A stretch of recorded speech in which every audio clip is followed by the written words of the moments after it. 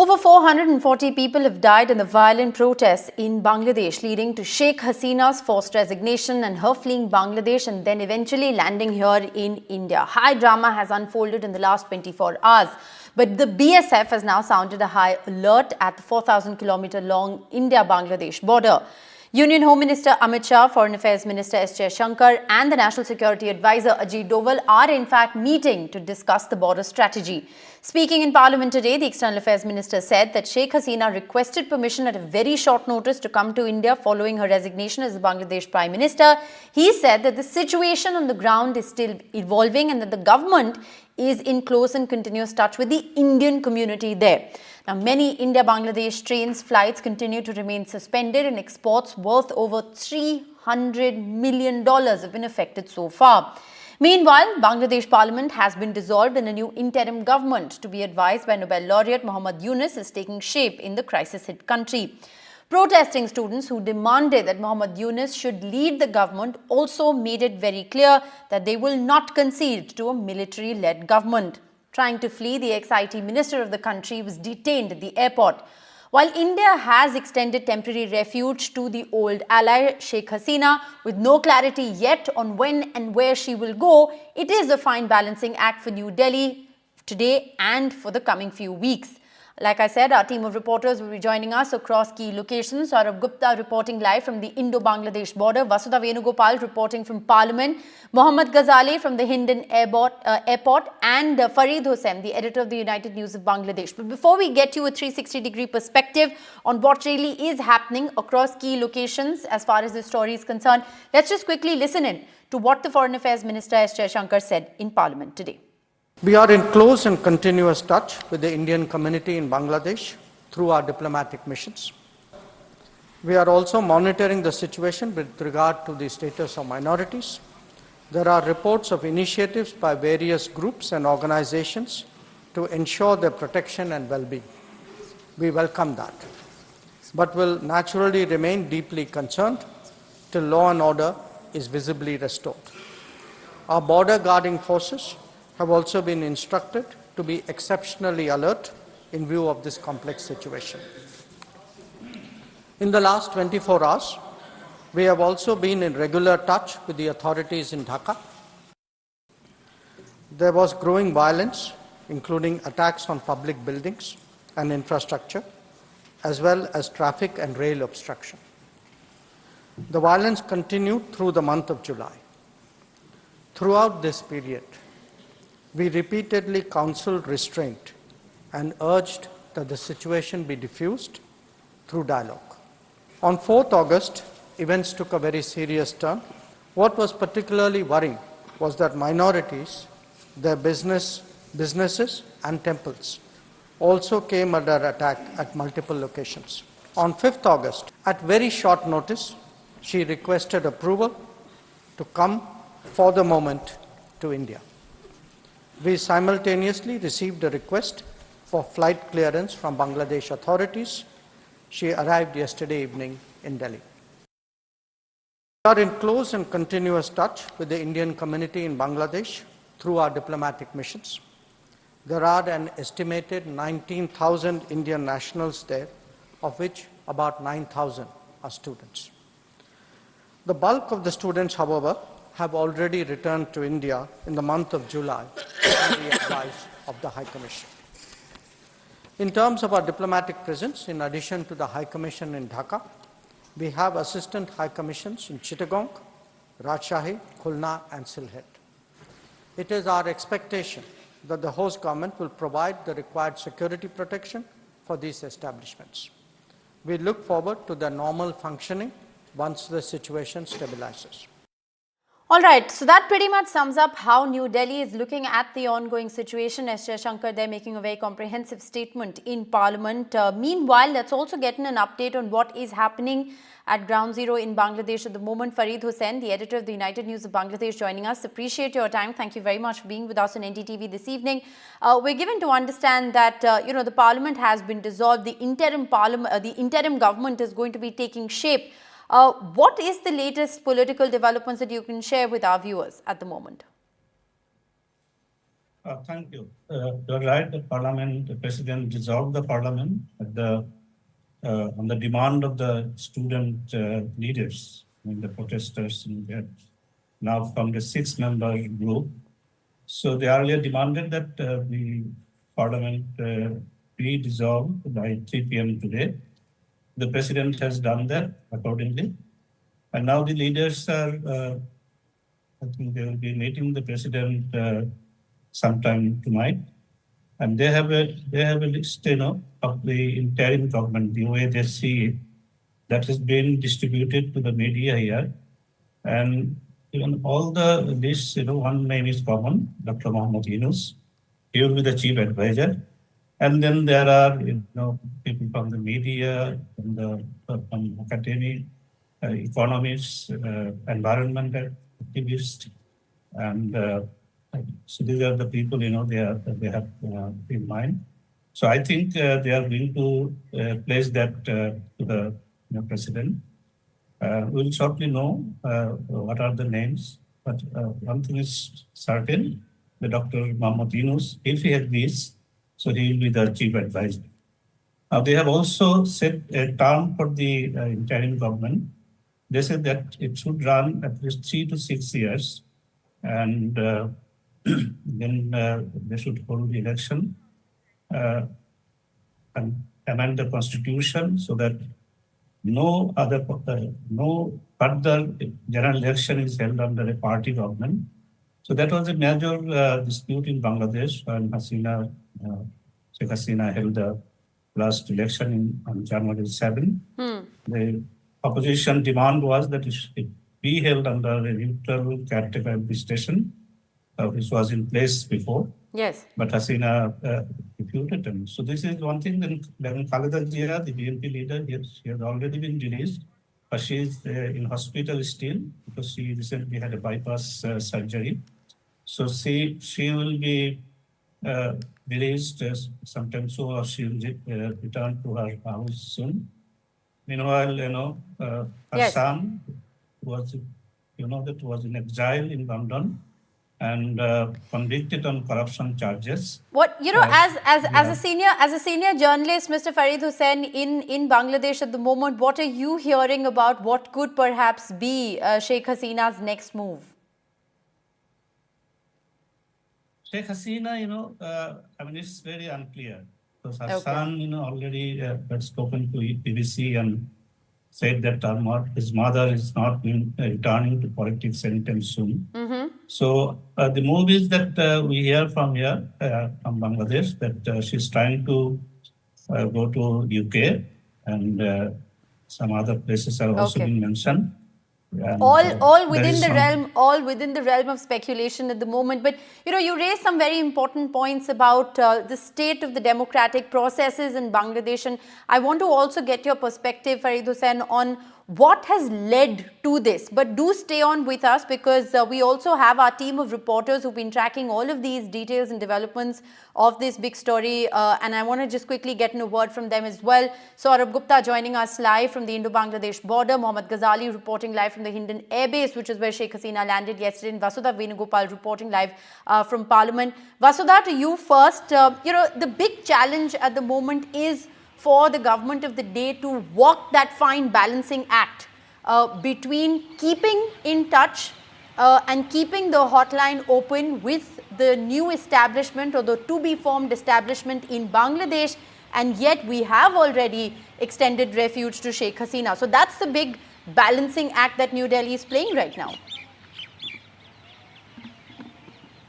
Absolutely, Rishika, and the tone and tenor of External Affairs Minister Dr. S. Jaishankar's approach to handling something like this reflected in the all-party meeting today, and also in the statements that he made in the Lok Sabha and the Rajya Sabha today, was reflective of the kind of inclusive positioning that the government wants to take when it comes to Bangladesh. And there was this one sentence that he used saying that, he expected support and understanding from everybody in the House, because this is regarding an important country country, an important neighbor, Bangladesh, and Bangladesh has always had national consensus, which goes on to say that be it UPA or NDA, our relationship, India's relationship with Bangladesh has always been very special and important. India has had a role to play in the 1971 war, which is known as Bangladesh's war for independence. So clearly what is happening in Bangladesh is of extreme concern to India, because Sheikh Hasina has been a trusted ally. This is just not fall of a leader, but fall of a trusted alliance partner, somebody who has initiated projects that have been of benefit to not just India, but also to Bangladesh.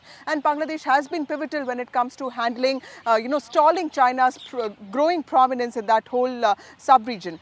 Apart from that, what happened today was, of course, the all-party meeting that Jaishankar chaired, in which he answered a lot of questions. One of the specific questions by Rahul Gandhi was if there is a foreign hand or if there are external agents that are responsible for the tragedy that unraveled in Bangladesh, to which Dr. Jaishankar has clearly said that India is in know of all the political players who are involved in this, and it is monitoring the situation very carefully. Other than that, to this whole demand that there needs to be a discussion in the House, Dr. Jaishankar has clearly said that once the consultative committees are in place, that would also happen and he would brief them all. Apart from that, he has also told them about the BSF, about the border security force, the border guarding agencies that have been put on surveillance, high vigil. In fact, the BSF head, DG Saurabh, also reported that he, in fact, surveyed, and there was a full-blown surveillance of the Indo-Bangladesh border, which is more than 4,000 kilometers. So clearly, on security, levels, and of course, on diplomatic positioning, India seems to be working on two fronts. It's also talking to other allies to ensure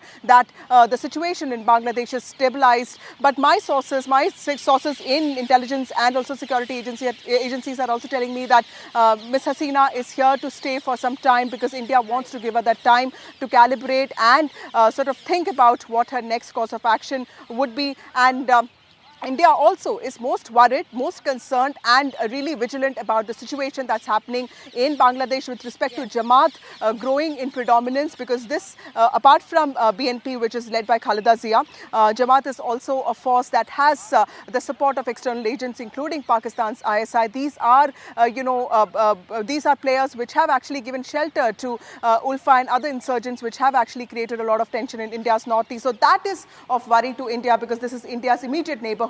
And that is something that India is monitoring today. In the parliament, NSA Ajit Doval was there, and he held a long meeting with Amit Shah. Then there was another meeting at the Prime Minister's house in the parliament, specifically in the chambers of the Prime Minister with the security officials. Home Secretary Ajay Bhalla was there. So back-to-back meetings. Vikram Misri, who's the Foreign Secretary, has also been having meetings with several other people. So clearly, India is looking out, but most importantly, safety of Indian nationals, 19,000 of them, 9,000 students, many of them have come back, and protection of minorities. Remember, a significant portion of Bangladeshis are also Hindus and they live there. So their protection is top on Indian minds, and that is something Dr. Jaishankar reiterated today in both houses. All right, so that's a comprehensive update of what's really happening as far as New Delhi is concerned. Vasudha, do stay on with us, because I also want to go across to Saurabh Gupta, who's really, at the helm, the Indo-Bangladesh border, which it's a 4,000 kilometer long border that has been put on a high alert. Now, this is, of course, a situation that New Delhi has been monitoring for the last fortnight as these protests have raged.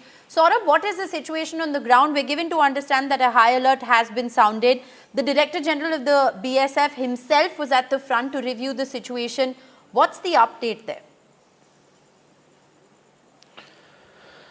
Yes, the Director General of the BSF was here. We tried getting a comment from him, but of course, given the situation, given the seriousness of the situation, he at this point has chosen not to address the media. But of course, he was here overseeing the kind of preparedness the BSF has in these border areas. Now, one of the things that we witnessed today from speaking to people who were either coming out of Bangladesh or going into Bangladesh, and also members of the minority community in Bangladesh, which is the Hindu community, was that there is a certain sense of insecurity, a certain sense of fear, because there have been attacks. Now, in some cases, there have also been members of the majority community who've come out and defended temples, and that's something that Mr.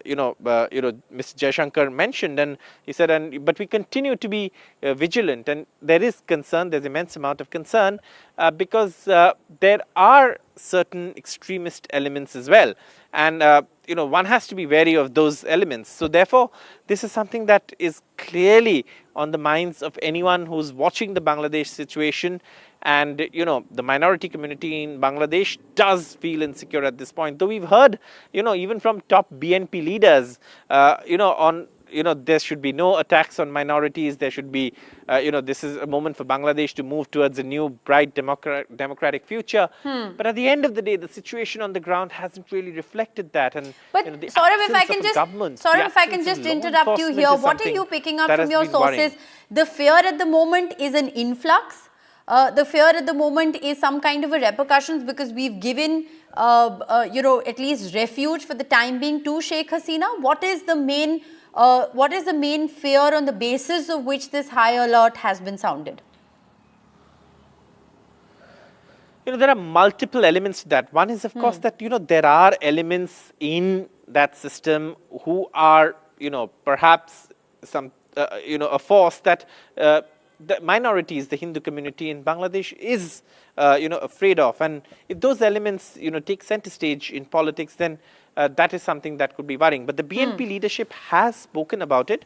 The other worry is that if those fears that the minority community has, if those fears come true, and then perhaps there could be an influx, because we did meet people who said that we are worried, and if we go back and if we find the situation, to be unsafe for us, then knocking on India's doors is the only option left for us. Right. And that is something that is on the minds of the, of everyone who's watching Bangladesh right now. Yes. But on ground, the situation appears to be calm at the moment at the border and across that border. It's a long border. It's a 4,000-kilometer border. Well, yes, definitely calm. Yesterday there was some trouble. We spoke to a truck driver in the morning. There's a mural of Sheikh Mujibur Rahman. We believe that there was an attempt to get to that mural, but of course the BSF has been alert, and on the border the BSF is really, there's manpower increase and all of that is quite visible. In fact, even we were asked that, it's night time, so please, move back. Right. All right. So there is a vigil at the border, but one wouldn't call the situation there tense. But given what has transpired over the course of the last fortnight and also the course of the last 24 hours, the situation at the border is, of course, closely being looked at. Ghazali, if I can come to you at the moment, Hindon is, of course, where Sheikh Hasina landed yesterday in the evening. There were all kinds of flight tracking mechanism and all kinds of speculation on where she's going to go. She finally landed in Hindon, which is, of course, at the outskirts of the national capital. While nobody knows, and it hasn't been disclosed to the public where she is at the moment, what is the situation there on the ground? Has we're given to understand that, sources had said that arrangements would be made not just for her, but also, those who flew with her, including the pilot and the crew. There would also be arrangements made for the fighter jet to go back to Bangladesh. Give us an update of what's happening at Hindon. See, as Dr. Jaishankar, the foreign minister, mentioned in the parliament that before her departure from Bangladesh, the military and Sheikh Hasina herself established contact with the Indian government. She safely managed to reach here at Hindon Air Base. And then a very significant statement was made by Dr. Jaishankar that till her asylum papers or the process is expedited in UK, until that clearance is made by the UK authorities, till then perhaps she will stay here, is what was indicated by his statement in the parliament. As of now, we don't know where is her daughter, whether her daughter has also been brought in at the Hindon Air Base.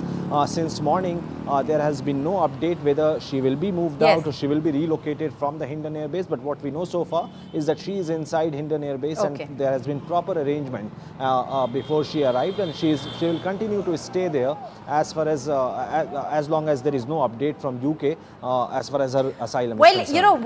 What the UK Home Office has told NDTV in a response, Ghazali, today has been pretty clear that they are not going to be granting political asylum to anybody who is planning to travel to the UK on the pretext of getting political asylum. That's a very significant statement that has been made by the UK Home Office today. But before I go back to our guest from Bangladesh and get a sense and final words from him, Vasudha, I also want to very quickly ask you, you said very interestingly that, Sheikh Hasina so far has no plan of action on where she's going to go.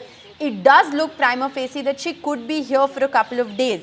Given the fact that New Delhi is already walking this very, this very fine balance between the ex-Prime Minister and the current establishment that's still taking shape, if she continues to be in New Delhi, does New Delhi risk antagonizing or upsetting the new establishment? That's a very good question, and I think that is on the minds of officials also here. But External Affairs Minister Dr. S. Jaishankar did talk about it in the morning in the all-party meeting, and he said that he did talk about a courtesy that was awarded to Sheikh Hasina, and my sources are telling me that she is going to be here for the next few days because Indian officials also want to give her that time to recalibrate. Remember, she has been a trusted ally, and but she is not going to be out of the Hinton Air Base. There are guest houses there. She's going to be kept there. This is one way, Rishika, of India showing that, it values trusted allies, people who have stood by it. We've done that with Najibullah Khan, but of course, we've done that with Mujibur Rahman also. But those were times when India really couldn't save those lives, couldn't save their friends. But this time, India did manage a safe passage for Sheikh Hasina, somebody who had stood by India all these years. So clearly, this could be called as uncritical relationship. But let me also tell you that Jaishankar did talk about, how India has been counseling Sheikh Hasina's government on, how dialogue is the way forward, but that really did not work out because her fall was the intent of the protesters. So clearly, like you said, a balancing act is something that... I want to ask the same question, Vasudha, to Farid Hussain, the editor of the United News of Bangladesh. I have barely a minute left on the show. Mr. Hussain, that question to you as well. Do you think New Delhi finds itself in a tricky spot right now? How do you, sitting there, look at what's happening here in Delhi? Yeah, I think it will be a very tricky situation for New Delhi. There are already, some kind of talks or, a bit of demand, from that Sheikh Hasina should be brought back from Delhi to Bangladesh to face trial. So there's a public mood right now, that she should be tried. She should face trial. So if she stays in India for long, so that demand will, grow and grow. So that may put, New Delhi into a really, critical situation. All right. Well, it's going to be very interesting to see how the next few days pan out. And, one sincerely, as we end this broadcast, one sincerely hopes that there is, a semblance of normalcy and peace that returns to the streets of Bangladesh, and of course, a prayer really for over 440 lives lost, and these are just official estimates. One sincerely hopes that there is a semblance of peace and normalcy. To all my colleagues, Vasudha, Saurabh and Ghazali, as well as to you, Sir Farid Hussain, thank you very much for joining me on Newsbreak. We're going to slip into a very short break at this moment, but on the other side, we will get you the latest from Wayanad in Kerala, a story that we will not forget to report on NDTV. It is day 8 of rescue operations. Over 400 lives have been lost. All that and more coming up on the other side. Do stay with us.